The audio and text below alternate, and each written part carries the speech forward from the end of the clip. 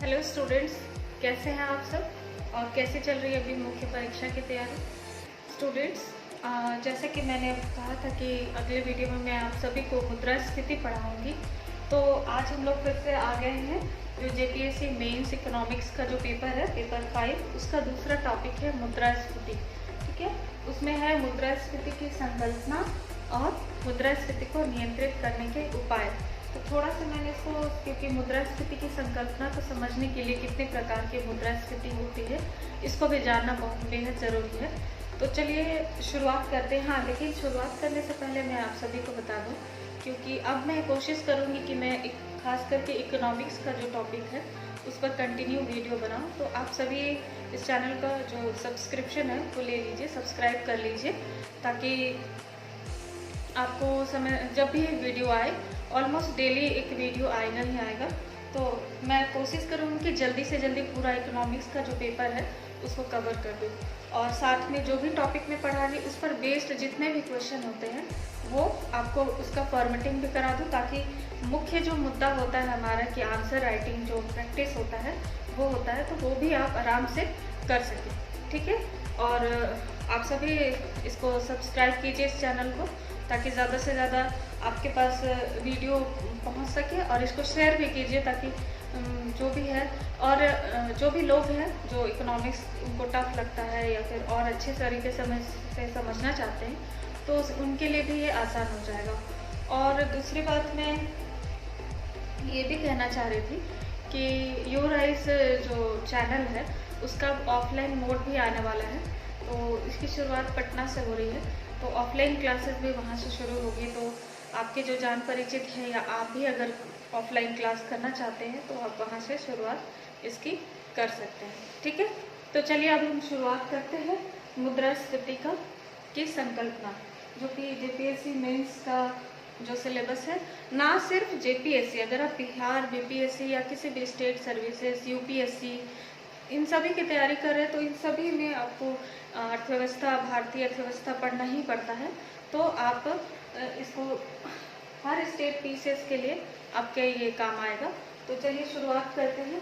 सबसे पहले मैं शुरुआत करने से पहले आप सभी को बोलूँगी कि मुद्रास्फीति आपको तभी समझ में आएगा जब आप समझ लीजिए कि जो ये पूरा भारत है, ये पूरे भारत की जो इकोनॉमी है, एक आपका यूनिट है, एक आपकी फैमिली है। जैसे फैमिली में होता है, वैसे ये पूरा एक भारतीय जो अर्थव्यवस्था है उसको आप यूनिट मान लीजिए।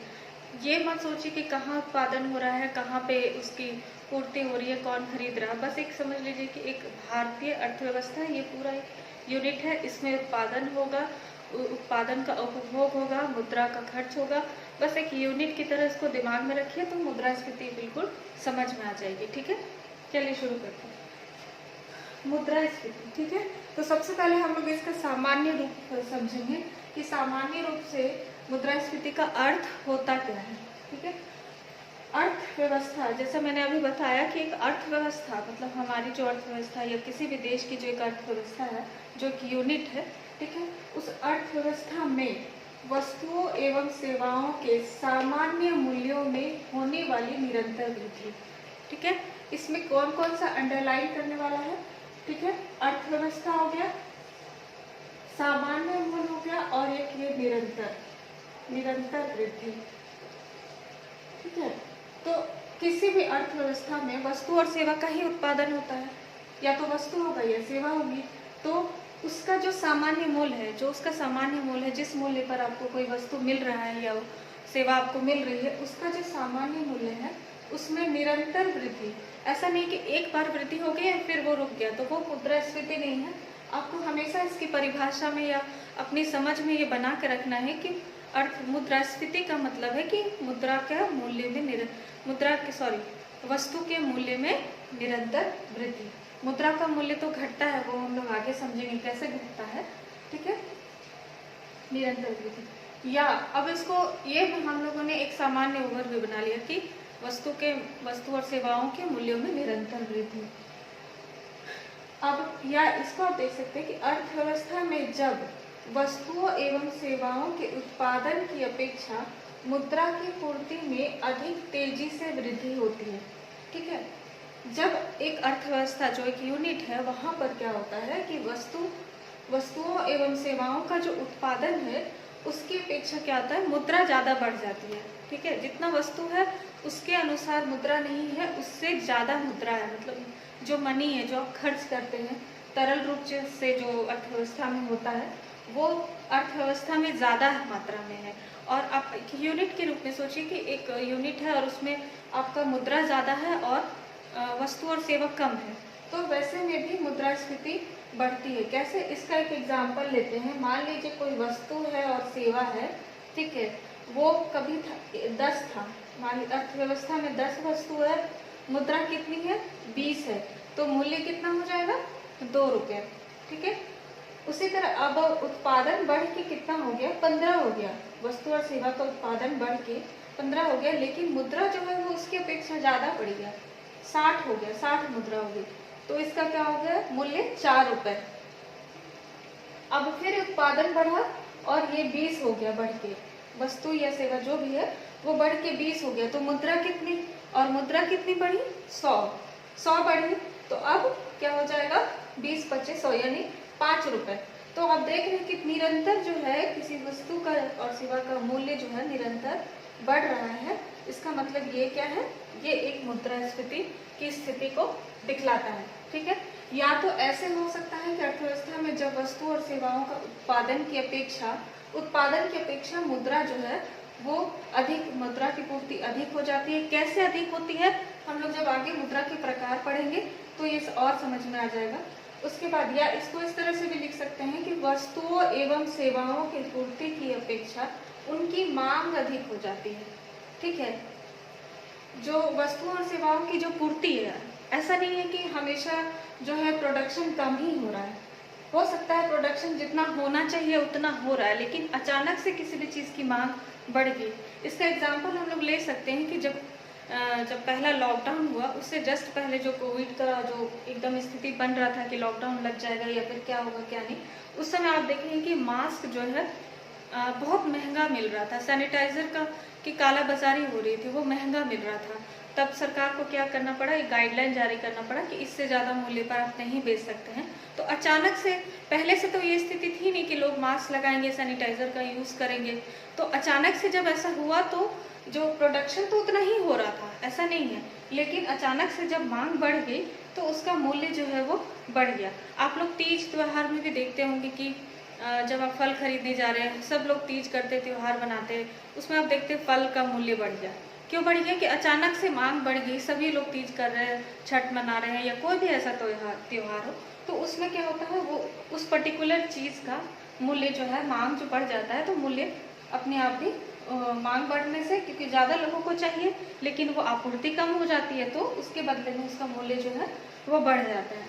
ठीक है, तो मुद्रास्फीति को इस तरह से आप समझ सकते हैं। ठीक है, इसका और एक दूसरे तरीके से कह सकते हैं कि मुद्रा की पूर्ति ज़्यादा बढ़ जाती है, तो उतना ना समझ के इसको अगर यही बेसिक आप समझ ले, एक सामान्य समझ बना ले कि किसी भी वस्तु या सेवा का जो सामान्य मूल्य होता है उसमें निरंतर वृद्धि हो रही है, इसका मतलब मुद्रास्फीति बढ़ रही है।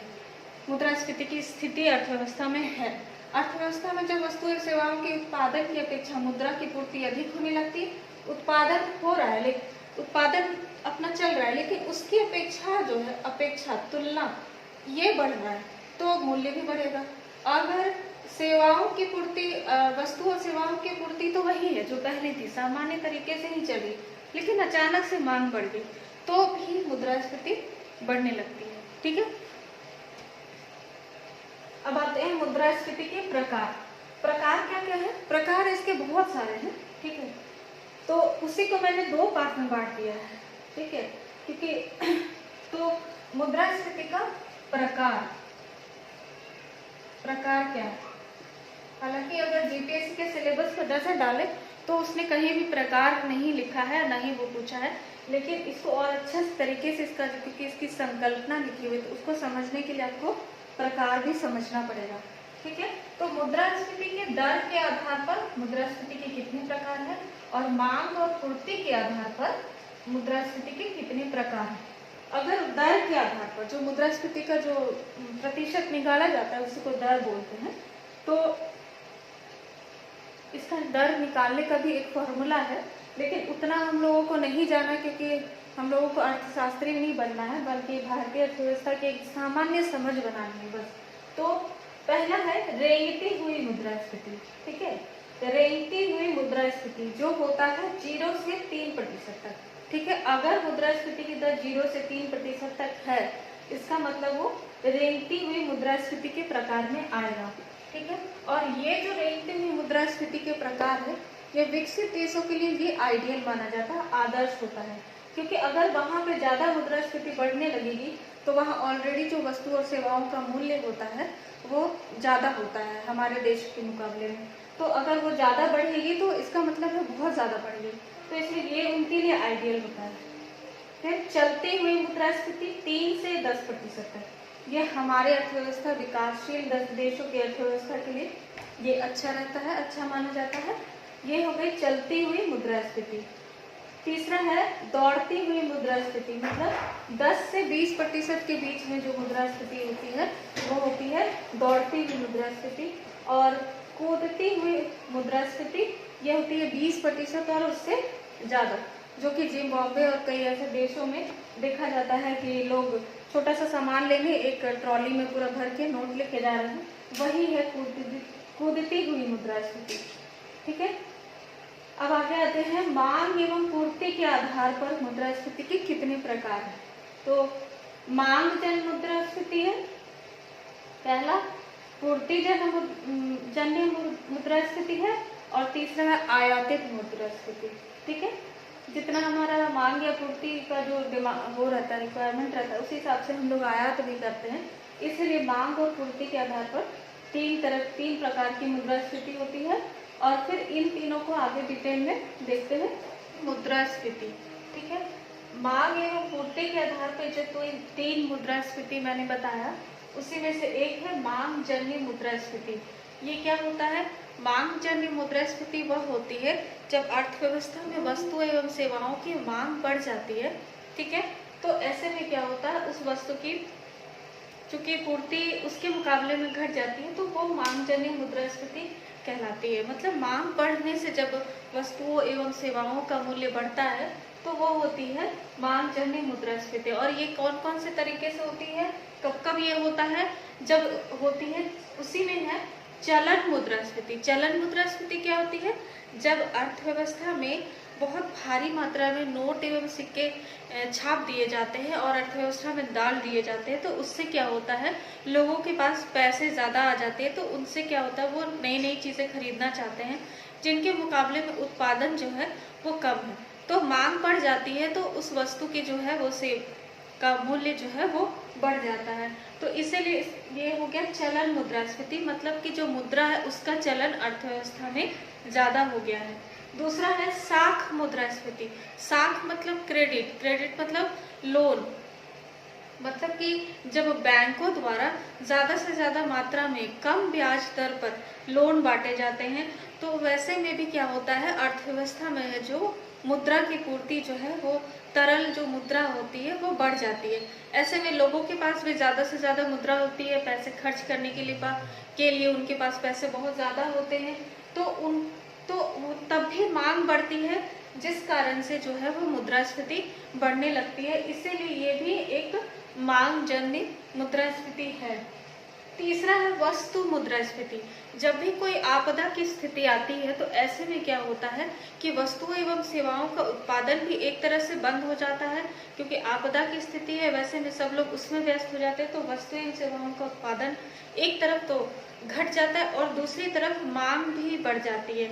जैसे कि कोरोना के टाइम पे जब पहला लॉकडाउन हुआ, तो उस टाइम पे जो प्रोडक्शन था वो पूरी तरह से बंद हो गया।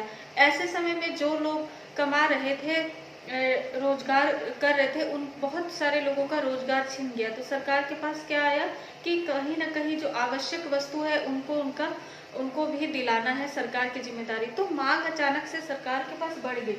तो ये एक तरह का मैंने एग्जाम्पल दिया, तो वही होती है वस्तु मुद्रास्फीति। ठीक है, किसी वस्तु की मांग बढ़ गई, जबकि उस वस्तु का उत्पादन जो है आपदा के कारण घट गया है, और उस उल्टा मांग भी बढ़ गई, तो ऐसे में भी उस वस्तु का या सेवा का मूल्य जो है वह बढ़ जाता है। ठीक है, इसीलिए इसको भी मांग जन्य मुद्रास्फीति में रखते हैं। चौथा है घाटा प्रोत्साहित मुद्रास्फीति। घाटा प्रोत्साहित मतलब क्या हुआ, सरकार जो हर साल जो बजट पेश करती है उसमें जो है उसका जो आय होता है, जितना आय होता है ना, आय ज्यादा होता है, ठीक है, नहीं सॉरी आय कम होता है तभी तो घाटा होगा ना। आय कम होगा और व्यय जो है वो ज्यादा होगा, ठीक है। तो इन दोनों के बीच का अंतर है, जैसे कि आपका आय जो है वो 50,000 है, ठीक है, मंथली इनकम 50,000 है और खर्च आपका 70,000 80,000 हो जाता है, तो फिर वो क्या हो गया, वो एक तरह से हो गया कि आपका 30,000 जो है वो घाटा हो गया। मतलब 30,000 का आपको कहीं ना कहीं से पूर्ति करना है। तो सरकार क्या करती है कि घाटा प्रोत्साहित, उसमें हीनार्थ प्रबंधन, मतलब कि जो घटा हुआ पार्ट है उसको वो नए नोट और सिक्के जारी कर उसको पूरा करती है। हालांकि पहले ये होता था लेकिन अब ये नहीं होता है, ठीक है। अब वो दूसरे तरीके से सरकार ऐसा कुछ करती है, वो अलग टॉपिक है।